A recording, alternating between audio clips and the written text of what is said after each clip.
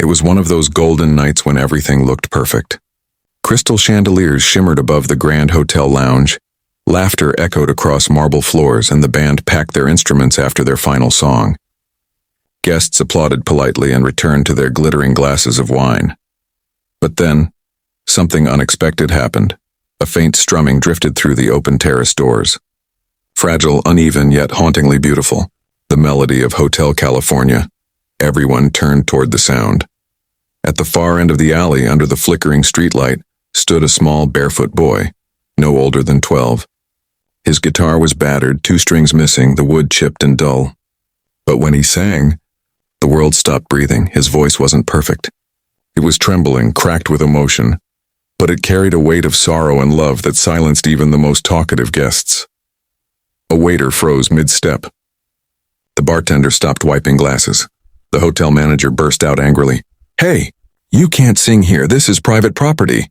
But before he could finish, the boy hit the chorus, eyes closed, voice trembling with truth, and suddenly, no one saw a poor child anymore.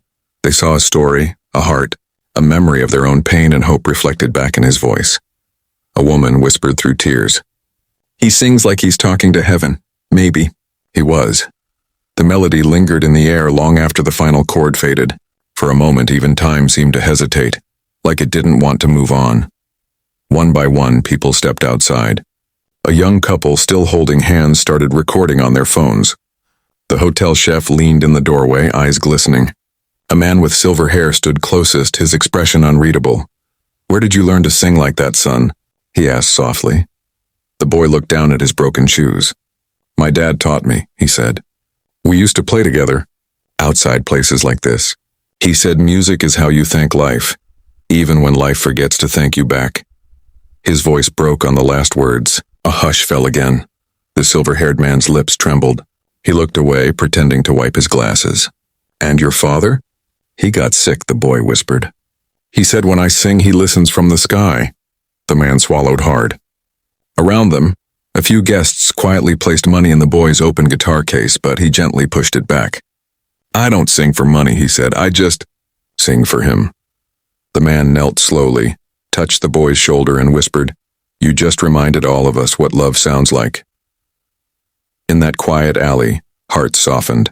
The crowd didn't clap, they simply stood there, lost in the beauty of what kindness can do when someone truly listens. Later that evening, when the guests had left and the stars shimmered like promises above, the silver-haired man found the boy again. "My name's Carter," he said gently. "You have a gift, son. Would you come sing again tomorrow night? I'll bring a few friends." Real listeners, the boy's eyes widened. "But I don't belong here, sir," Carter smiled. "Kindness doesn't need a place, it just needs a heart."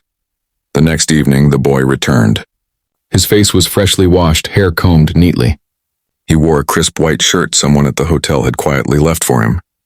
The grand piano had been moved aside to make space for a small wooden stool and a single microphone. When the lights dimmed, the boy began strumming softly. His voice, fragile, honest, heavenly, filled the entire lobby. The song was the same, but the moment was different. People didn't just hear the words, they felt them. Halfway through, his gaze fell on an empty chair near the corner, a spot where he once imagined his father sitting. His fingers faltered. His throat tightened. Then Carter stepped forward, picked up a nearby guitar, and began playing alongside him, softly, gently, as if finishing the song his father once started. The boy smiled through tears. The audience didn't just applaud. They cried, standing together as one, strangers united by a song that spoke straight to the soul. The crowd erupted in applause, but Carter stood frozen. His hands trembled slightly as he stared at the boy. There was something familiar in his eyes, something achingly known. He cleared his throat, voice quivering. "That was beautiful. You reminded me of someone I once lost." The boy tilted his head. "Who?" Carter hesitated. "A street musician. He had your same voice, your same way of making pain sound like peace. Years ago I promised him a record deal, but one day he disappeared before I could find him again." The boy's heart skipped. He reached into his pocket and pulled out a tiny silver guitar pick, worn and faded. "My father gave me this. It has letters on it."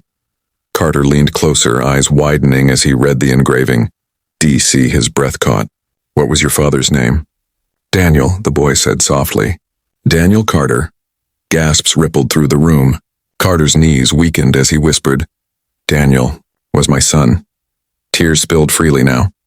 The boy's lips trembled. "You're my grandpa?" Carter's voice broke. "I lost my son, and I didn't know he left me you." The boy stepped forward, hesitated for a heartbeat, then ran into his arms. The crowd fell silent. In that embrace, generations of pain dissolved into forgiveness, music, and the purest form of love, kindness rediscovered. Months later, the hotel lobby glowed once more, this time transformed into a concert hall filled with hope. A new banner stretched across the stage. Music for hope, giving homeless children a voice. On stage stood the boy, confident now, dressed in a neat jacket, guitar shining under the lights. Beside him was his grandfather, Mr. Carter, smiling proudly as he tuned his guitar. When they began playing Hotel California, the crowd fell into a hush. Their voices blended, young and old, sorrow and healing, past and future, all woven into one soul-stirring harmony. People wiped tears as they sang along. It wasn't just a song anymore. It was a story of love surviving loss, of strangers turning into family, and of kindness mending what time had broken. After the show, a reporter asked, "What made you start this movement?" The boy smiled softly. "Once I sang outside a hotel just to feel close to my dad. That night I found my grandfather, and a whole family of people who believed in me." Carter placed a hand on his shoulder. "Kindness doesn't always change the whole world," he said, "but sometimes it saves one heart, and that's enough." As the final chord faded, the audience stood, hands over their hearts, somewhere beyond the lights.